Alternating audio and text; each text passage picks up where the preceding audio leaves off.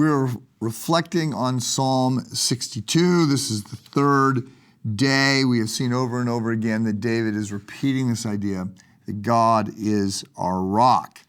David is reminding himself of the stability of God and the idea that peace and contentment and rest comes from God. And he's saying this at a moment when people are trying to kill him. Verse 9, surely the lowborn are but a breath, the highborn are but a lie. If weighed on a balance, they are nothing. Together they are only a breath.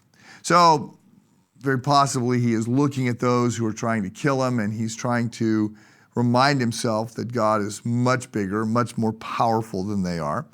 Human life is a vapor. We have no weight. Compared to God, our life is short. We have no power like God has power.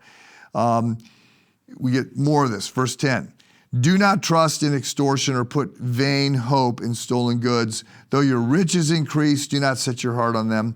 One thing God has spoken, two things I have heard. Power belongs to you, God. With you, Lord, is unfailing love, and you reward everyone according to what they have done.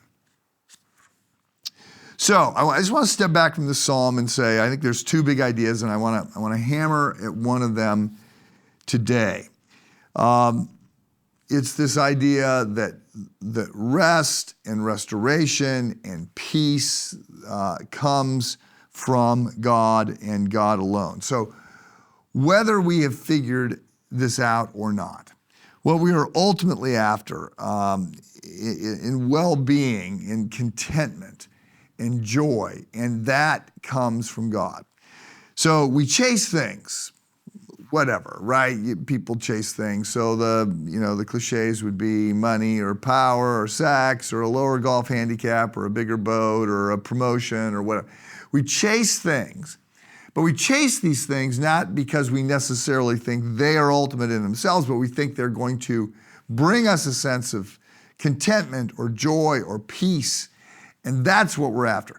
Given a choice between $1 million, or let's make it $100 million, and misery, or no money and contentment and peace, only a fool would choose the money. Now, what people think is, but it's the money, or again, the power, or the sex, or the bigger boat, right? Whatever. It's my reputation, or it's the promotion, or it's the status that's going to give me this joy and contentment. And what this psalm is saying, from somebody who's pretty high up the pecking order, it's David. He's king, and he's saying that's not the way it works. The Bible makes this point over and over. So we move from David to his son Solomon, who of course has all the wealth and all everything comes to Solomon. And he's the one that's going to write the book of Ecclesiastes, which ends with him saying, I have tried everything, right? I have sought contentment in every direction. I denied myself nothing. If I thought that it was going to make me happy or bring me joy, I went after it, and I tried various things at various times in my life.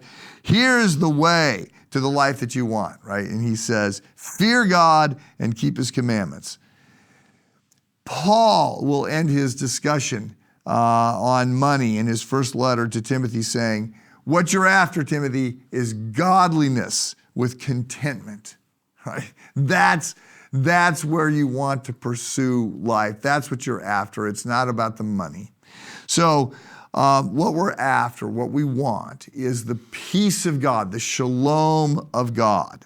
So if you're banking on anything other than God, like if you think the next promotion or winning the tennis tournament or whatever it is that you think is going to make you content, those things are fleeting. The stability, the contentment, the peace, the ability to be the non-anxious person comes as we go deeper and deeper with the Lord.